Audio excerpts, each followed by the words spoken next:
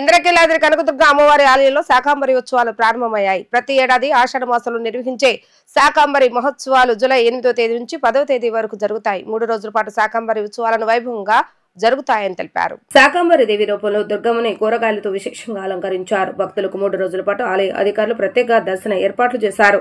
2 తెలుగు రాష్ట్రాల నుంచి వేలాదిగా భక్తులు తరలివచ్చి అమ్మవారిని దర్శించుకుంటున్నారు. భక్తులు భారీగా తరలి వస్తుండటంతో ఆలయ పరిసరాలు కిటకిటలాడాయి. దుర్గమ్మ దర్శనం కోసం ప్రత్యేక క్యూ లైన్లు ఏర్పాటు చేశారు. భక్తులకు ఎలాంటి ఇబ్బందులు కలగకుండా ఆలయ అధికారులు చర్యలు తీసుకుంటున్నారు. అమ్మవారికి విరాళంగా భక్తులు కూరగాయలు సమర్పిస్తున్నారు.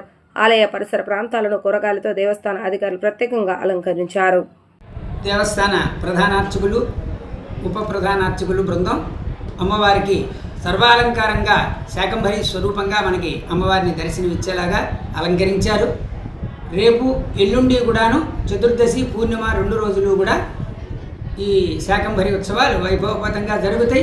పూర్ణిమ నాడు ఉదయం 11 గంటలకి మహాపూర్ణాహుతితో ఈ శాకంభరి ఉత్సవాలు పరిసమాప్తి అవుతాయి. ఈ 3 రోజుల్లో కూడాను అమ్మవారికి అలంకరించినటువంటి శాకములచే కదంబ ప్రసాదాన్ని కూడాను తయారు చేసి భక్తులు అందరికీ కూడాను వితరణ చేయటం జరుగుతుంది. మరి ఈ కదంబ ప్రసాదాన్ని స్వీకరించిన వారందరికీ కూడాను చక్కని ఆరోగ్యం కలిగి ఆయుష్ తేజస్సు కూడాను కలుగుతాయి.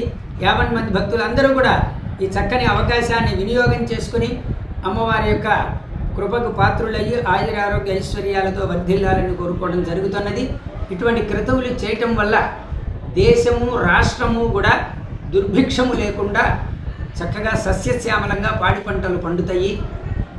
రాష్ట్ర అధికారులు, పాలకవర్గము అందరూ కూడాను చక్కగా చక్కని సుపరిపాలన చేయటం జరుగుతుంది.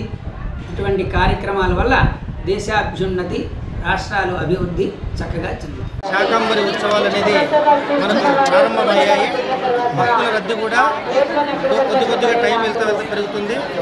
ప్రకృతి సిద్ధంగా పండిన పంటలు ఏవైతే కాయగూరలు కావచ్చు, ఆకుకూరలు కావచ్చు, పళ్ళు కావచ్చు, ఇవన్నీ కూడా అమ్మవారికి ప్రీతిపాత్రంగా భావించి, ముఖ్యంగా దీని ఉద్దేశం ఇక్కడ పాడి పంటలు కానీ ప్రజలు కానీ సమృద్ధిగా ఉండాలని చెప్పే ఉద్దేశంతోనే ఈ యొక్క శాకాంబరి అనేది 3 రోజులు మనం గడుపుకుంటాము. ఇంకా ఈరోజు రేపు ఇంకా బాగా ఉంటుంది. రకరకాలైనటువంటి కాయగూరలు ఎల్లుండికి ఫైనల్గా మనకు పూర్తిగా ఇంకా ఎక్కువగా ఉంటుంది.